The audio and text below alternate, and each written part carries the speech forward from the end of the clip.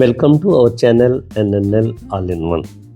ఈ వీడియోలో zoo park అంటే హైదరాబాద్లో ఫేమస్. ఒకప్పుడు 35 సంవత్సరాల క్రితం వెనక్కి వెళ్తే మళ్ళీ మన జంతు ప్రదర్శనశాల జూలో జంతువుల గురించి పిల్లలు చూడడానికి చాలా ఇంట్రెస్ట్ చూపించేవారు అనమాట. అయితే ఇప్పుడు అంతా పార్కులు, ఎంజాయ్మెంట్, అమ్యూజ్మెంట్ పార్క్ ఇవన్నీ అయిపోయినాయి. ఎన్నో మాల్స్లో ప్రతి చోట అమ్యూజ్మెంట్ ఐటమ్స్ ఉండడంతో పిల్లలు అక్కడ ఎంజాయ్ చేస్తున్నారు. అయినా సరే ఇప్పటికీ ఎన్ని సంవత్సరాల నుంచి ఈ క్రేజ్ పోలేదు అనమాట. చూశారు కదా ఏ విధంగా ఉన్నాయో.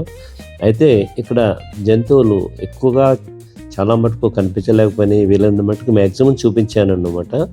సో అది కాకుండా మనకి జూ అంటే జంతు ప్రదర్శనశాలే కాకుండా జూ పార్క్ అంటే ఆ ప్లెజెంట్నెస్ చూసారా, ఆహ్లాదకరం. ఒకసారి మనం సిటీ వాతావరణం నుంచి ఈ విధంగా పార్కులకి పిల్లలతో వస్తే మనకి ఎంత విధంగా మైండ్ రిఫ్రెష్గా ఉంటుందో, మనకి ఫ్రెష్ అనిపిస్తుంది అనమాట, ఒకసారి రిలీఫ్. సో అలాంటి కోసమైనా మనం పార్క్స్కి వెళ్తుండాలి, విజిట్ చేస్తుండాలి.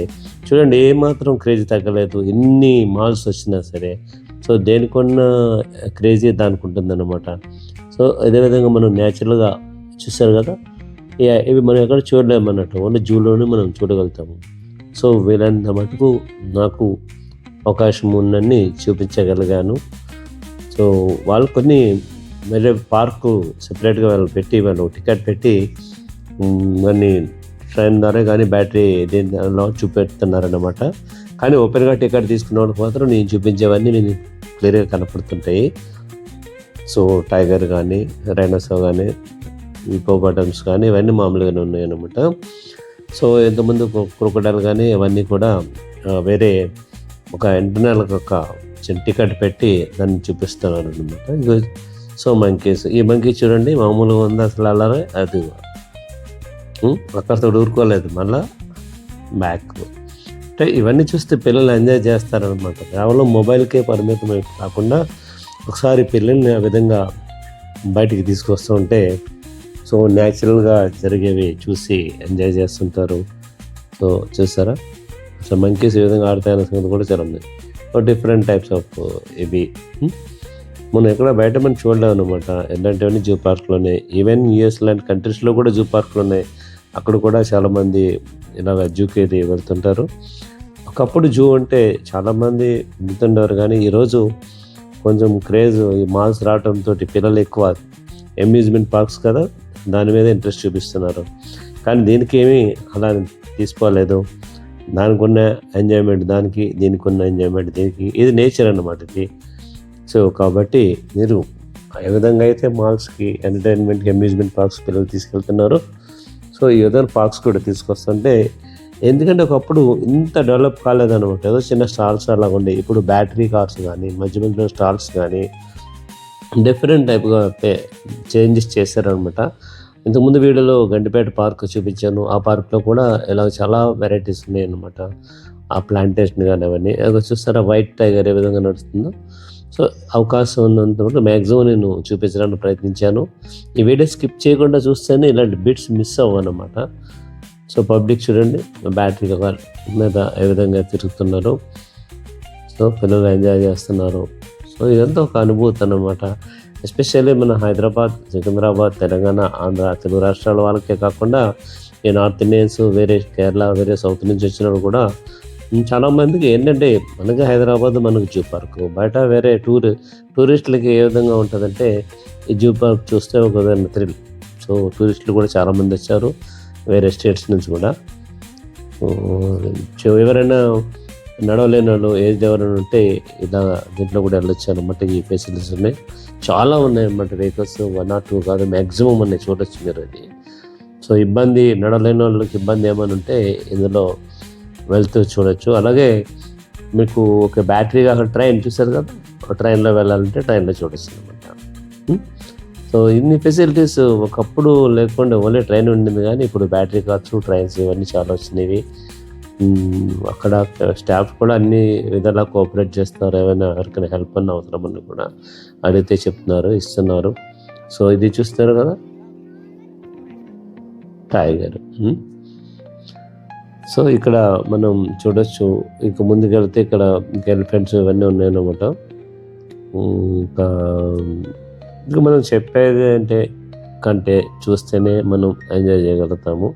ఇక్కడ అసలు ఎట్లా ఈ ఎన్విరాన్మెంట్ ఏ విధంగా వాతావరణం ఉన్నదని చూపించడం జరిగింది. సో ఈ బ్యాటరీ కార్స్ వీళ్ళు దీని మీద తీసుకెళ్తుంటారు సైట్ సీయింగ్కి. సో ఎలిఫెంట్స్ లాస్ట్కి వచ్చేటప్పటికి ఎలిఫెంట్స్ వచ్చినాయి అన్నమాట. సో అక్కడ తీయడానికి ప్రయత్నించాను, సన్ ఫోకస్ ముఖం మీద కొట్టేస్తుంది కాబట్టి ఎంత ప్రయత్నించినా చాలా ఇబ్బంది అయింది. సో ఇది మనకు అవకాశం ఎలాగూ నడపడానికి ఇవ్వలే లేదు, కాకపోతే ఎవరైనా కూర్చునైనా సరే ప్రయత్నించాను. వారు కూడా బాగా కోఆపరేట్ చేస్తారు, స్టాఫ్ కూడా. సో ఎక్కడ చూసినా బాగా రిసీవ్ చేసుకున్నారు, యూట్యూబ్లో హాయ్ అని చెప్పటం. సో ఒక విధంగా థ్రిల్ అనమాట, అందరూ కూడా ఎంజాయ్ చేశారు. సో ఒకసారి మనకి ఒక 35 years బ్యాక్ వెళ్తే అప్పుడు ఉన్న జూ పార్క్ వేరు, ఇప్పుడు ఉన్న జూ పార్క్ వేరు. అదే 35 years బ్యాక్ వెళ్తే గండిపేట అప్పుడు ఒక విధంగా ఉంది, ఇప్పుడు అంటే లేటెస్ట్ పబ్లిక్కి, లేటెస్ట్ చిల్డ్రన్కి అనుగుణంగా ఈ పార్క్స్ అన్ని తీర్చిదిద్దారన్నమాట. అదిగో డైనోసార్ చూశారు కదా. సో ఇలాంటి క్యాంటీన్ ఫెసిలిటీస్ కానీ క్యాఫ్టేరియాలు కానీ ఒకప్పుడు లేవు అసలే, ఏదో చిన్నగా ఒకటి ఉండేది. ఇప్పుడు అట్లా కాదు, ఆల్మోస్ట్ ఆల్ స్టాల్స్ అన్నీ ఉన్నాయి అన్నమాట.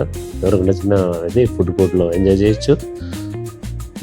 సో ఇది నేను యూట్యూబ్ ద్వారా నేను ఒక వీడియో ద్వారా చూపించడం జరుగుతుంది.